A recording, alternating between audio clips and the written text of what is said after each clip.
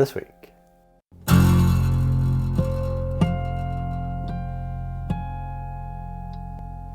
We're talking about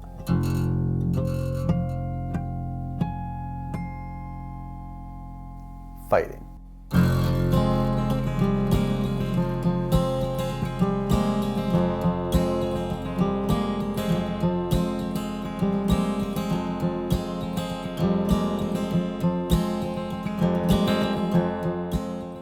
You know how we get into fights? Not necessarily hand-to-hand combat.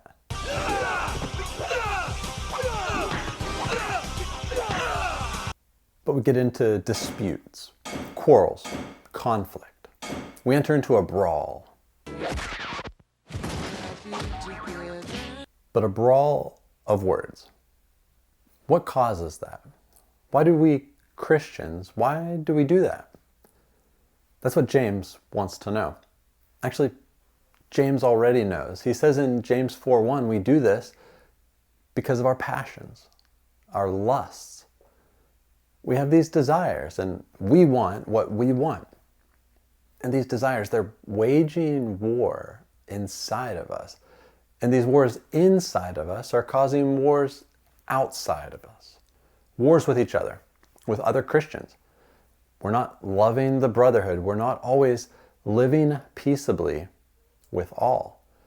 We're not pursuing what makes for peace and mutual edification, Romans 14:9. But James says in James 4:2, ye lust and have not. Ye kill. Wait, did James just say we kill? We'll come back to that in a minute, but let's go back first and finish reading the verse. James 4:2, ye lust and have not. Ye kill and desire to have and cannot obtain. Ye fight and war, yet ye have not because ye ask not. So James is explaining why all this fighting is going on. It's these desires. Ye lust and have not. Ye kill. But killing? Really?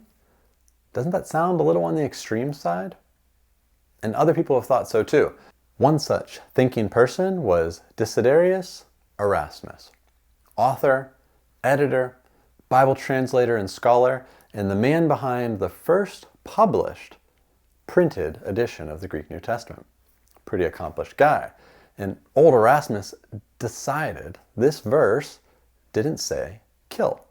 Let me show you something in Greek real quick. It'll be fun, I promise. So this is what you kill looks like in Greek, phoneuta. And in English letters, phoneuta. And Erasmus was like, you know what probably happened? A scribe somewhere early on must have made a mistake. The original word wasn't actually phoneuta, you kill, it was phthoneta. Phthoneta. They sound pretty similar. They look pretty similar even. But this word phthoneta that Erasmus proposed means not you kill, but you envy. And to Erasmus, it made much more sense. After all, killing isn't quite what you would expect to have going on in a Christian assembly, we would hope. And wouldn't it seem a little anticlimactic to say Christians are willing to kill over the desires they have, and then he goes on to list other stuff they're willing to do, like desiring to have and not obtaining? Kind of weak after confronting us with killing. And others have agreed with Erasmus, no less than John Calvin and a bunch of other less famous people. Calvin said, some copies have phoneuta, ye kill, but I doubt not but that we ought to read phthoneta, ye envy, as I have rendered it, for the verb to kill does in no way suit the context. But alas, Erasmus and Calvin and others were wrong. You won't find you envy in a single New Testament manuscript. Not one. It's always killing. And it is serious. The extreme length Christians like us are willing to go to in order to satisfy our own desires is shocking. It should shock us. And that's why James uses the shocking word kill. Even though he's probably just speaking figuratively here. But he wants to get our attention. There is some evil hatred going on here. Something that you would not expect to have going on in a Christian assembly. All driven by these sinful desires within people. There's some serious self-centeredness going on in the church. Everyone wants what they want, and they still don't have it. The irony is that despite our tendency to do whatever it takes to get what we want, in the end, we don't even get it. The self-centered life is surprisingly disappointing. But there's a right way to go about this. These desires we Christians can have aren't even always necessarily bad desires to have. They can be good desires that we just go about meeting in a very bad way. So what's the right way to go about seeking good desires? And it's this. Take your desires to God in prayer and pray to Him with godly motives. Ye have not because ye ask not. Well then, ask. Ask God. Just like you can ask God for wisdom. You can ask Him in faith. You can pray to God and take your petitions before Him. But don't ask amiss, as James says. Don't ask wrongly, wickedly.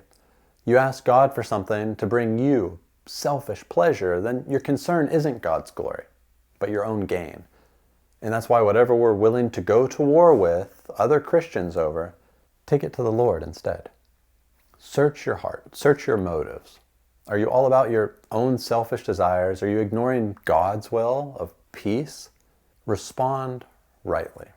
Respond wisely. Is there any strife in your life with other believers? Are there any tensions? What is it that you're not seeing eye to eye on? Consider your desires in light of God's word and consider your motives and take it to God in prayer. Whatever it is you want, it's not something that warrants Christian infighting, wars and fightings, hatred, or even figurative killings. Well done, Bruce Lee, but those men were flabby and weak. Oh, Karate Kid? Kid, I'm 35. You lack focus. Hey, thanks for watching another video. This was number 20. And there's plenty more James for us to look at together, so be sure to like and subscribe if you want to be notified each week when a new video comes out. And hey, next time someone challenges you to a fight, tell them you're not a fighter. And maybe instead of picking fights, they should pick up the book of James and maybe even watch this video. I'll see you next week.